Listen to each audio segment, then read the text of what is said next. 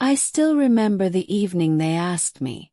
The way the room smelled of cinnamon tea and the faint hum of the television in the background. My daughter-in-law, Clara, smiled too sweetly as she placed her hand over mine. "Mom," she began softly, "you know we worry about you. If something happened, it would be good for us to know your bank password, just in case." Just in case. The words sank like ice into my veins. My son, David, avoided eye contact. He stared at the TV instead, pretending to be lost in some meaningless commercial. But his fingers drummed nervously against his knee, a habit he had since childhood whenever he lied. I smiled back, pretending not to notice. "That's very thoughtful, dear," I said. "But don't worry, I keep everything written down somewhere safe." Clara's smile faltered for just a second. It was small, almost invisible, but I saw it. That flicker of frustration behind her carefully painted concern. After dinner, when they left, the house felt colder than usual. I sat in the armchair by the window, the one my late husband used to sit in. Outside, the wind rattled the garden gate, a lonely metallic clang echoing in the distance. For months I'd been feeling off. Dizzy, tired, forgetful. I thought it was just age catching up. But recently, my medication bottles had been slightly lighter. I dismissed it at first. Maybe I was miscounting. Maybe I took an extra pill here or there. But now, I wasn't so sure. The next morning I called my doctor to review my prescriptions.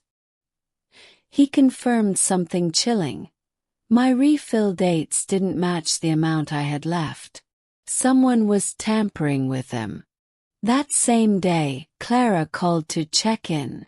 She asked if I'd been eating well. "You've sounded weak lately, Mom. You really shouldn't live alone anymore." Her tone was kind. Too kind. And that was when I knew. This wasn't about love. It was about preparation. That night I opened my safe. Inside was my will, my savings book, and my husband's old letter, the one he wrote before he passed. "Trust your instincts, Evelyn," it said. "People show their hearts when money enters the room." I held the paper close, tears burning my eyes. I wasn't crazy. I wasn't paranoid.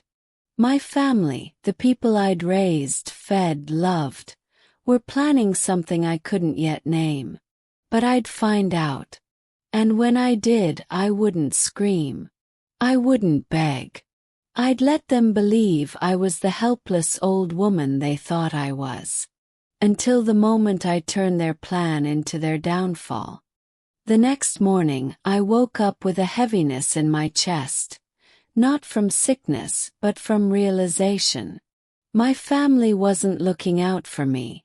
They were watching me. Waiting. But they had no idea I'd decided to watch back. After my husband died, I'd installed a few small cameras around the house for security. I rarely checked the footage. Until now. My hands trembled as I turned on my old laptop and scrolled through the video feed. The screen flickered to life, showing my empty kitchen, quiet and still. Then, a few nights earlier, movement. David, my son. He entered my kitchen just after midnight. He looked nervous, glancing around like a thief in his own mother's house. Then, slowly, he opened my medicine cabinet. My heart stopped. He took out my pill bottle, opened it, and poured a small white powder from another container into it. Then he carefully shook it, put the cap back on, and left. I felt my stomach twist with nausea. Not from the medicine, but from betrayal. My own child. The boy I held when he had nightmares. The man I defended when he lost his job and his wife blamed me for his failures. Now he was poisoning me. And Clara, the sweet, gentle daughter-in-law, was the perfect accomplice. I pressed pause and stared at the still image on the screen. His face, calm but cruel, frozen mid-action. For a long time I couldn't breathe. I wanted to scream, to call the police, to demand why. But then, something inside me changed. The tears that had been building for weeks dried up. My pulse steadied. My mind cleared. If they wanted to get rid of me, they would have to think they succeeded. So I played along.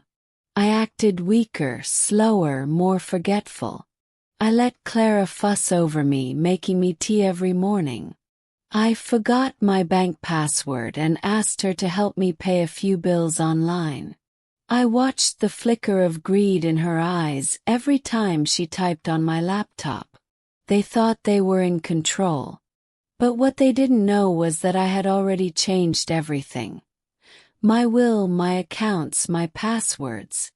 I'd transferred my money into a trust that only activated after my death, and not in their favor. The next step was to get proof, real proof. So, I moved one of the cameras closer to the kitchen and installed a new one behind a flower pot in the living room.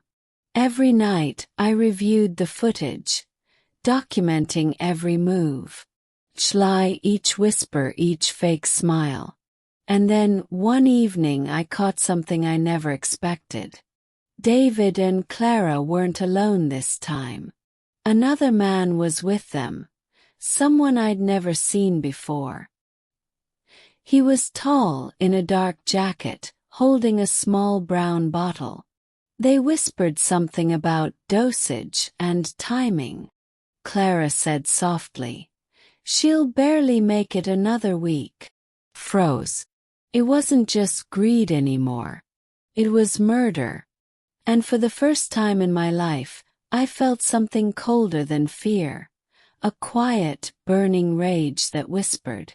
They wanted me gone. Now, I'd make sure they'd never forget me. The morning sun filtered through the lace curtains, warm and golden, a cruel contrast to the chill that settled inside me. I stared at my reflection in the mirror, barely recognizing the woman looking back.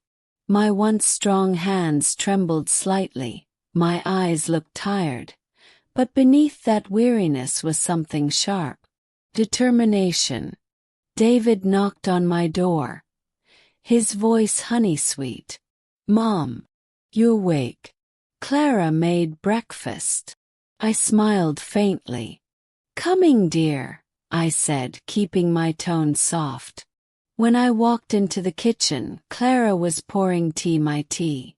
The same cup I'd seen her whisper over while stirring something into it. I smiled and sat down. "Thank you, sweetheart. You're such a help." She smiled back too easily. "Of course, Mom. You need to rest more. Don't stress about anything." "Oh, I won't," I said, taking the cup and pretending to sip. The liquid barely touched my lips. I'd learned to fake it, to let the steam cloud my face while I tilted the cup just enough to make it seem like I drank. Then, while Clara turned her back, I poured the rest into the sink. For days, I played the role of the weak, dying mother.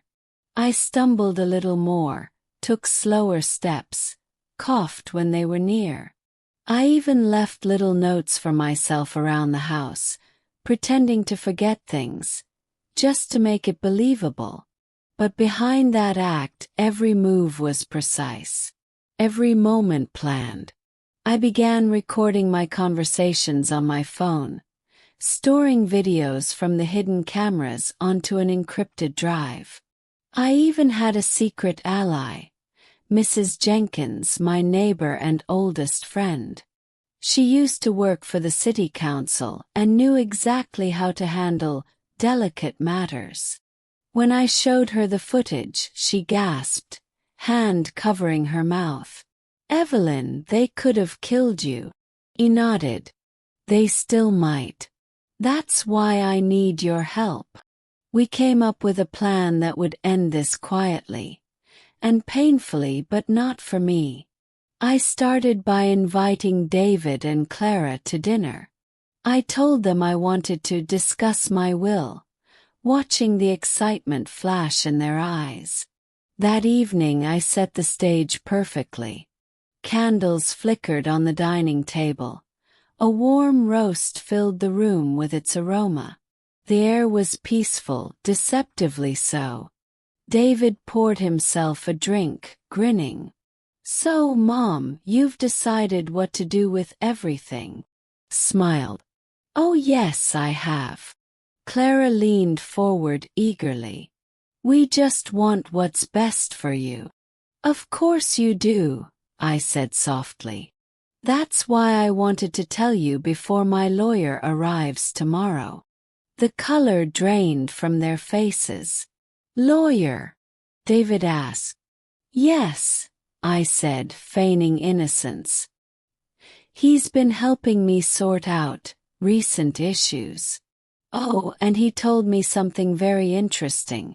Apparently, my will can't go to anyone suspected of causing harm to me."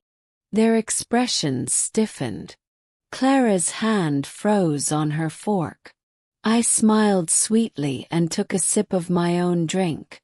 Strange world, isn't it? That night, when they finally left the table in awkward silence, I went back to my laptop. The camera had caught every flicker of fear in their faces. My trap was set. Tomorrow, I'd let them think I was dying faster than ever. I'd even let them make their final move. Because when they did, when they crossed that line, I'd be ready to pull the curtain back on everything. And when the truth came out, I wouldn't need to lift a finger. Their greed would destroy them for me. The next morning felt strangely calm, the kind of calm that comes right before a storm. I sat at the breakfast table, hands wrapped around my favorite teacup, the one David and Clara always insisted on preparing for me. The cup was porcelain white, with delicate blue flowers painted around the rim, a gift from my late husband. Ironically, it was also the cup they used to serve me poison. Clara entered the room, humming softly, carrying a tray. "Good morning, Mom. I made you chamomile tea. It'll help with your sleep." I smiled, watching her carefully as she set it down. "You're too kind, dear. Always taking care of me." "Oh, it's nothing," she said, tucking her hair behind her ear. "You just need to rest. You've been so tired lately." She didn't notice the small flicker in my eyes. I reached out, my hand trembling slightly, an act I'd perfected, and took the cup. "You're right," I said softly. "I think I'll just drink this and nap a little." Clara smiled, her eyes shining with fake concern. "Good idea." She turned and left the room. The moment she disappeared down the hallway, I tipped the cup slightly over my napkin. A faint smell of bitterness filled the air. Not chamomile. Something darker. That confirmed it. They were done waiting. My pulse quickened, but I kept my movements calm, careful. I placed the cup back down half full and called out, "Clara dear, could you get my shawl? I'm feeling chilly." "Of course," she answered from another room. As soon as she was gone, I took the tiny dropper from my pocket, a small bottle of harmless food coloring I'd borrowed from Mrs. Jenkins. I added a single drop into the tea, darkening it slightly. Then I poured the liquid into a small jar I'd hidden beneath a napkin and replaced the cup with one filled with untouched tea from my own kettle. When Clara returned, she smiled sweetly. "Here you go." "Thank you," I said, sipping from the safe cup. "You're such a blessing." She smiled wider, satisfied. Later that day, I went to see Dr. Patel, my old family doctor. I showed him the sample I'd collected. His expression turned grim after a quick test. "Evelyn, this isn't medication. This is poison, mild but cumulative. If you'd kept drinking this, it would have killed you within weeks." I nodded, my jaw tightening. "I suspected as much." Dr. Patel leaned forward. "Do you want me to contact the police?" "Not yet," I said quietly. "I need them to think they've won." He frowned, but I could see understanding in his eyes. "You're planning something." "Not planning," I corrected, standing up. "Finishing." That evening I returned home and lay in bed, pretending to feel weak and dizzy. I could hear Clara whispering to David in the kitchen. "She's getting worse," she said softly. "Good," David replied. "We'll get the money soon. Just keep giving her the tea. After she's gone, no one will question a thing." I felt a pang in my chest, not from sadness but from betrayal. My own son, my own blood. But I swallowed my anger and smiled to myself in the dark. Let them believe I was fading. Let them think their poison was working. Because while they were counting down the days until my end, I was counting the minutes until their downfall. And soon, the poisoned cup would turn back toward them. I learned long ago that people tell the truth when they think the show is almost over. The tighter the curtain draws, the louder their real selves shout. So I set about making the final act look convincing. The week I staged my collapse, I moved slowly on purpose. I took siestas after lunch, coughed softly in the evenings, missed a few meals. I let my voice thin when they spoke to me. The house hummed with that morbid, nervous energy people get when they think a verdict is near. Clara fussed over warm blankets and lip balm. David hovered at my shoulder, distracted and guilty and at times almost relieved. My neighbor Mrs. Jenkins came by that afternoon with a knitted shawl and a thermos of soup. She'd learned my script without needing directions. "If you start tonight, do this," she whispered. "Drop an aspirin into your palm, swallow it without water, and breathe slow. Fake the dizziness. Don't panic them, let them panic themselves." When dusk fell, I put the plan into motion. I took the aspirin exactly as Mrs. Jenkins suggested, though it was only an ordinary vitamin capsule that would do nothing to harm me. I dimmed the lights, lay back on the couch, and allowed myself to drift along the hazy line between real and acted weakness. My pulse stayed steady, my breath came easy. I listened. It wasn't long before steps approached. Quick, then uncertain. Clara burst in, eyes wide, clutching a phone. "Mom! Mom!" she cried, voice pitched high with a panic she hoped would look genuine. David followed, hair mussed, jacket half on like a man called from his plans. I let them work themselves into a knot. Clara checked my pulse with trembling fingers, then fumbled for my phone as if to call an ambulance. David paced like a man rehearsing a defense in his head. Their faces were raw, the masks slipping. For a breath there, I thought I saw genuine fear, not for the loss of me, but for the loss of their scheme.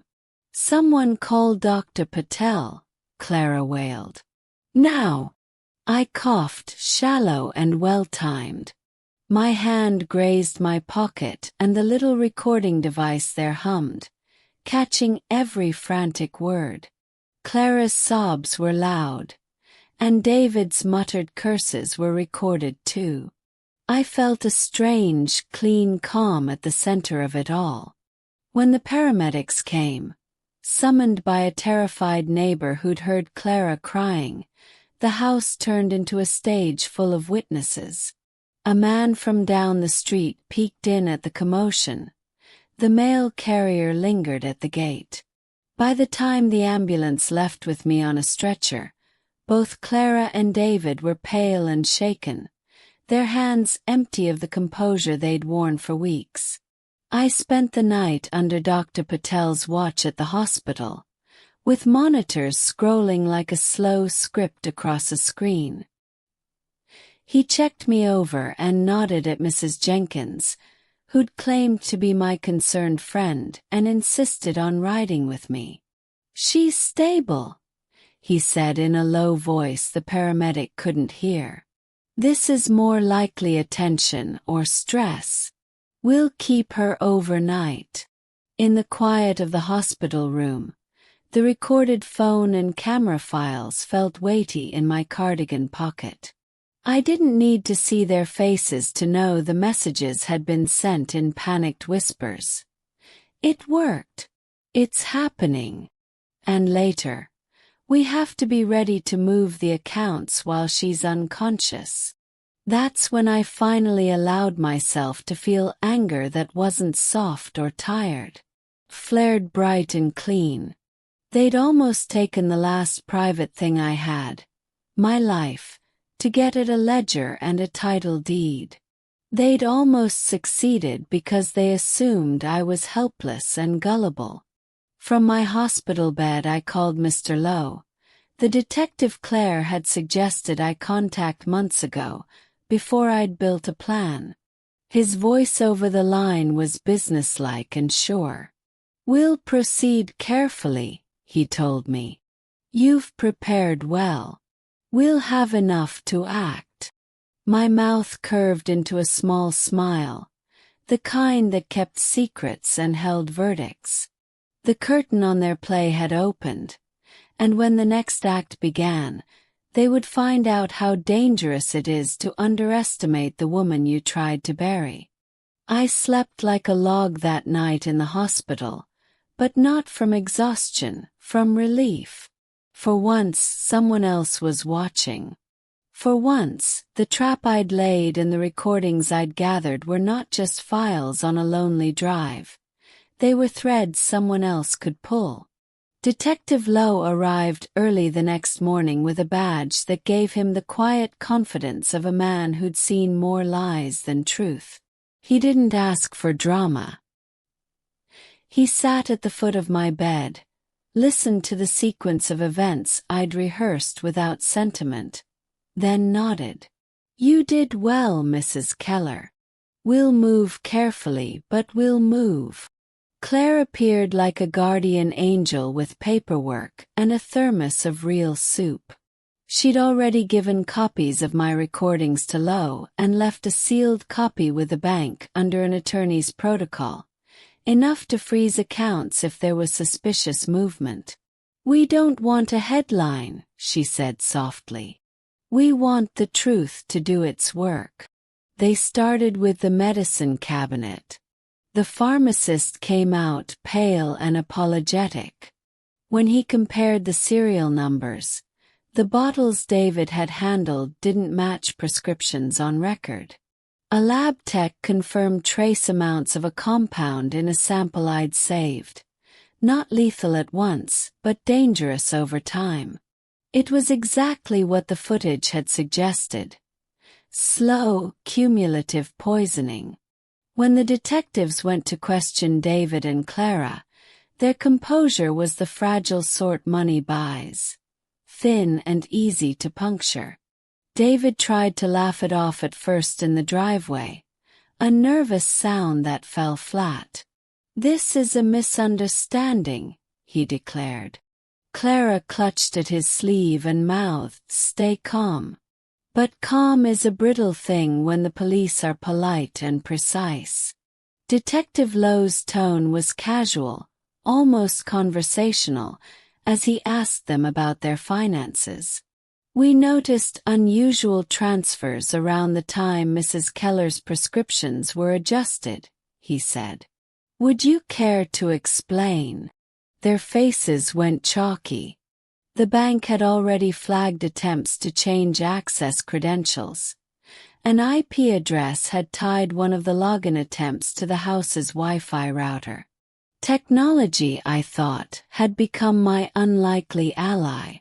Neighbors that had once pretended to be blind to odd late-night comings and goings began to show up with statements and small admissions. "I thought they were arguing about bills," Mrs. Cole said, pressing a trembling hand to her chest. "I didn't know. Little things at first. A thrown-away bottle, a receipt from a pharmacy after midnight, a text message accidentally sent to the wrong number. Those little things assembled into a mosaic of intent. By the end of the day, the detectives had enough to make temporary arrests. They read the rights to David and Clara in the quiet of their living room as if reciting a rote prayer. I watched from a chair in the hall, feeling the strange mix of vindication and sorrow. The son who had been mine, who had once crawled into my lap when thunder frightened him, was being led away in cuffs. He kept his head bowed. Clara's face was streaked with mascara. Her lips pressed into a practiced pout that finally broke into a real sob. When the front door closed behind the squad car, the house felt impossibly large and empty. Evidence had done what my anger and tears could not. It showed the world the shape of their betrayal. But evidence does not mend the small, raw places inside a heart. It only makes the truth visible. That night, as I lay back in my hospital bed, the monitors breathed softly beside me. I thought of David, of his small hands, the scraped knee I'd bandaged, the time he'd learned to ride a bike, and the sharp line between who he'd been and who he'd become. I felt no glee in their downfall, only the steady, firm knowledge that I had protected myself. Outside, the town hummed with whispers. Inside, the law took its measured steps. The trap had closed. Now it was time to see what justice would do with what it found. The courtroom smelled of old wood and public business. I'd never imagined I'd be back in one, not as a witness to a neighbor's dispute, but at the center of a story that had once been mine alone. A life divided into receipts, footage, and testimony. Still, I went because truth needed a stage, and because I wanted the world to see what my family had tried to hide. Detective Lowe and Claire sat near me. Their faces were steady, the kind of steady earned from late nights and patient sorting of facts. My lawyer spoke softly and clearly, as if laying the story down on a table for everyone to read. He didn't swell the words with melodrama. He didn't have to. The recordings did the work. The midnight footage of David at the cabinet, Clara's whispered notes about timing, the lab reports that traced the slow poison. Paper and pixels together were a slow, cruel kind of proof. When David testified, the courtroom felt small enough to hold the pulse of the entire town. He tried first the routine of denial, the automatic blush of someone holding a truth that's only partly his. But on the screen, the camera's tiny eye told another version. A hand tipping powder, a face that didn't flinch. Witnesses, neighbors who once turned away, stepped forward. "I heard them late night talking about accounts," one said. "I thought it was just arguing. I didn't want to get involved," another admitted, voice shaking. The judge listened, pen moving like he was sewing the tale into law. At one point, the prosecutor asked me to stand. My legs felt a little like they belonged to someone younger. Not because my body had changed, but because the moment made me feel alive in a way no piece had done. I told the court exactly what I had seen on the footage, the little thefts of medication, the taste of bitterness on my tongue after a supposed helpful cup of tea. I didn't scream. I didn't sob. I described calmly because calmness breeds clarity. People leaned in. Even a few hardened reporters in the back stopped scribbling long enough to meet my eyes. The verdict, when it came, did not feel like redemption so much as a slow, necessary acknowledgement. Guilty on charges of attempted murder, fraud, and conspiracy. The judge's face softened before he spoke, the momentary human pause before duty resumed its script. Sentencing would come later, but the court had made its stance. The hand of the law, slow as it is, had found the right rhythm in this case. Outside, the town's hum had turned into a thunderous whisper. Some people avoided my stoop, as if sorrow were contagious. Others patted my hand in the grocery store and murmured apologies for turning away so long.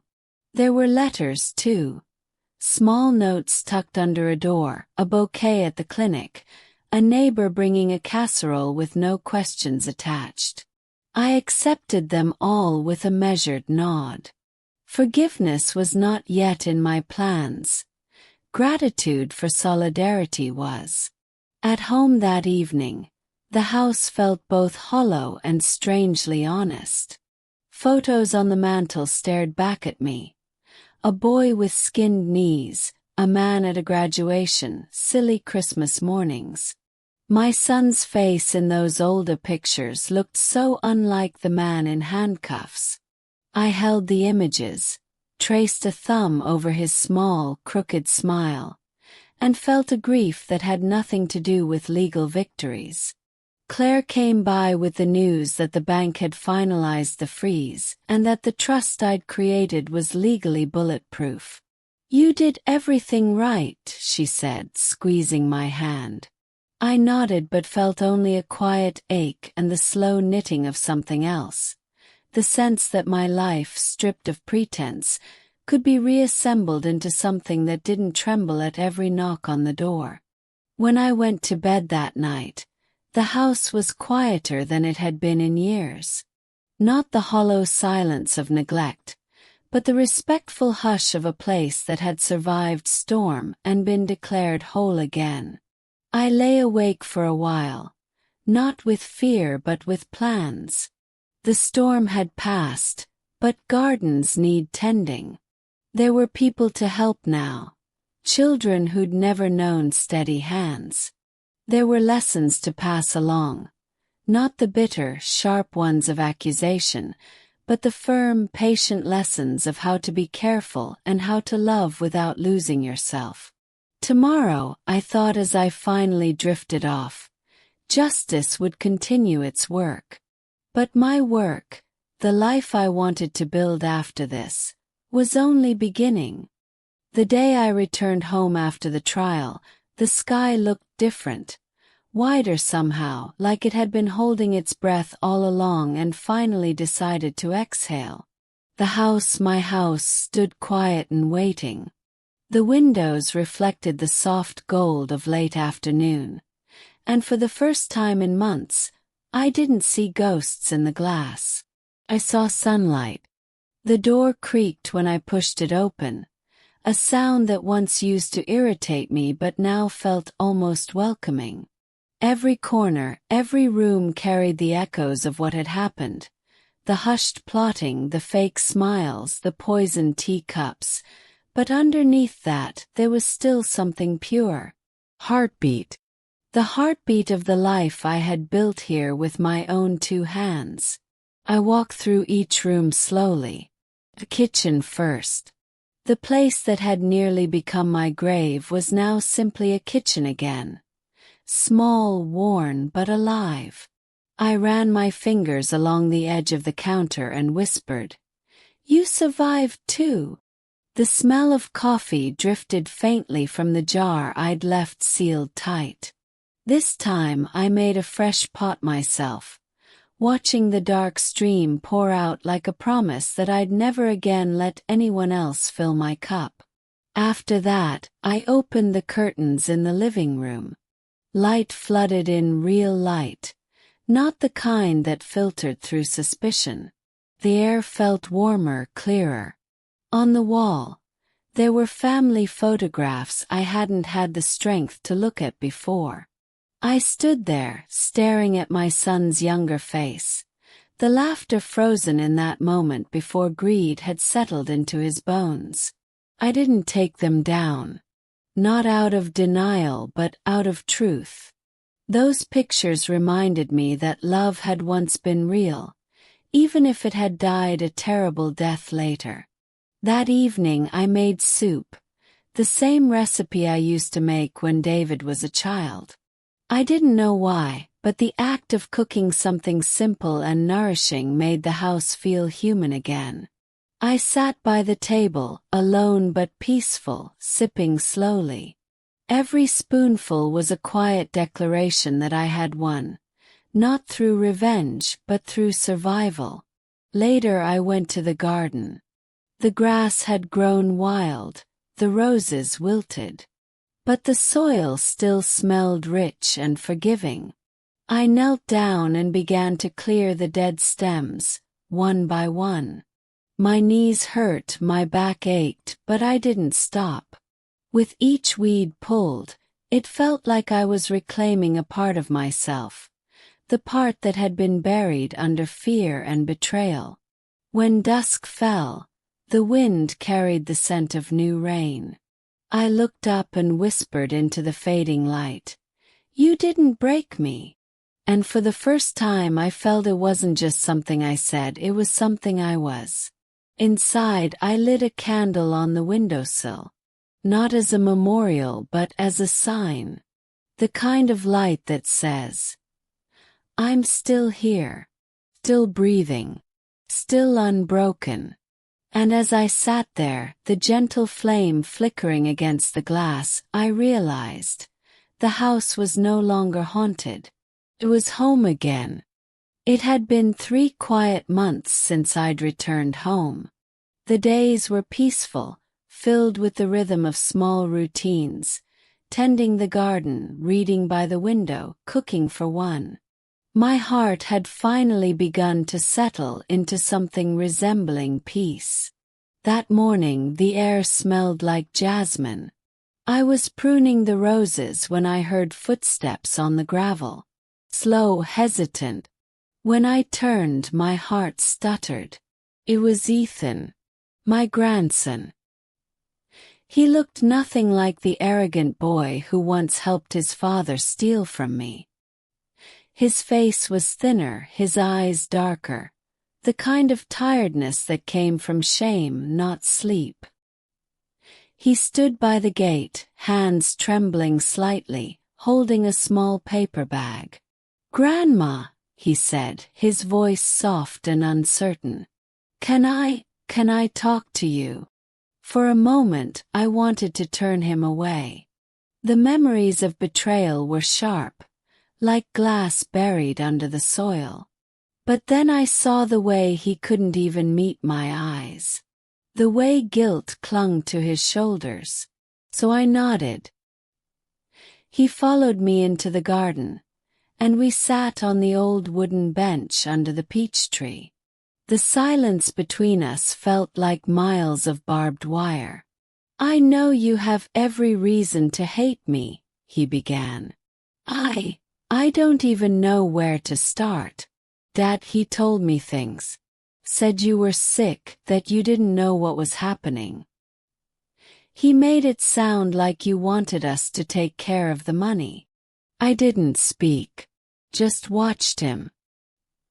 His hands fidgeted with the paper bag. twisting it until the edges tore.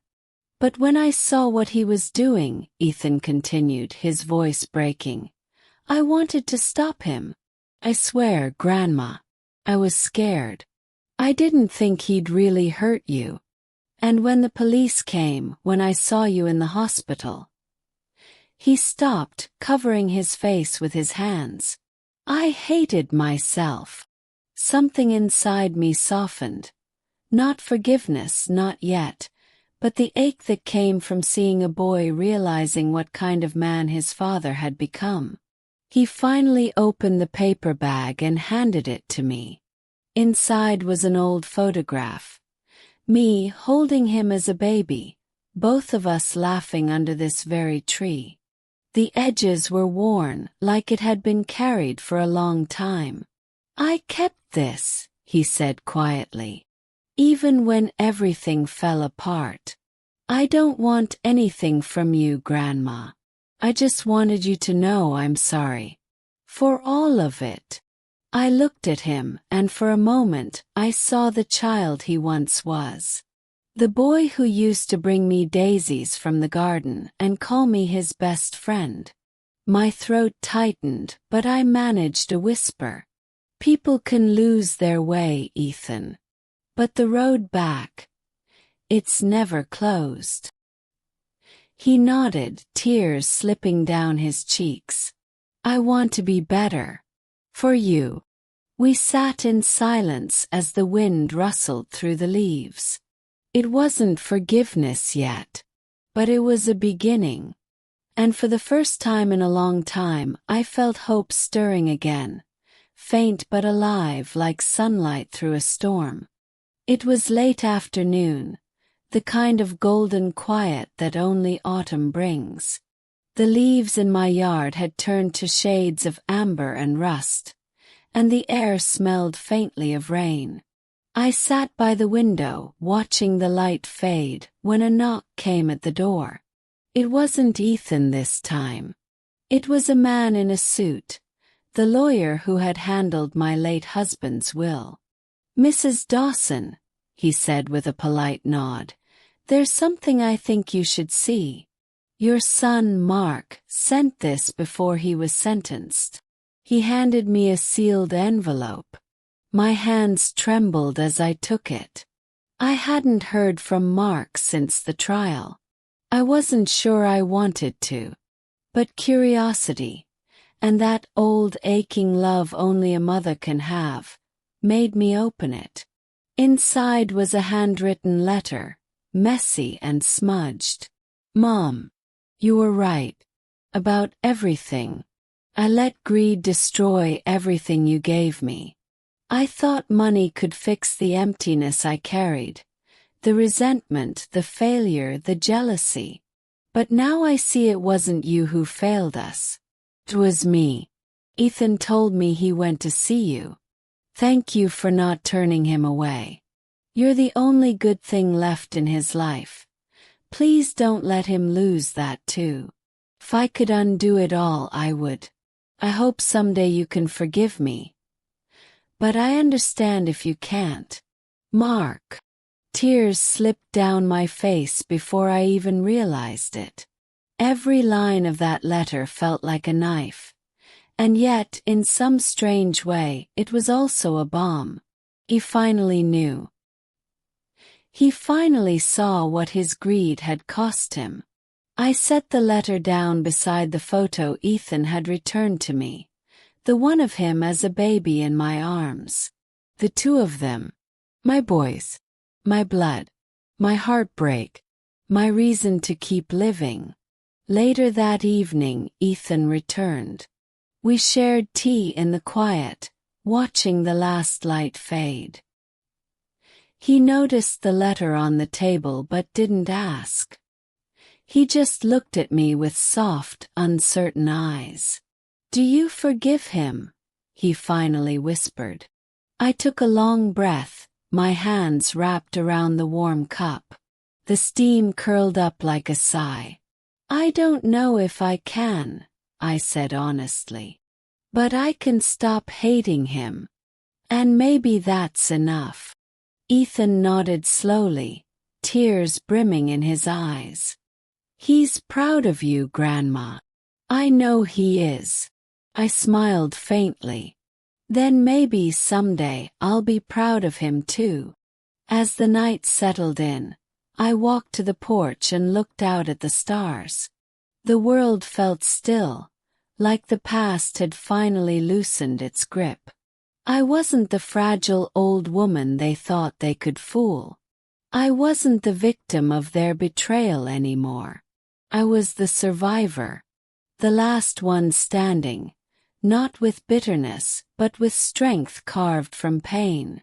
And as I closed the door, I whispered softly into the dark, "You may have taken my peace once, but now, I take it back."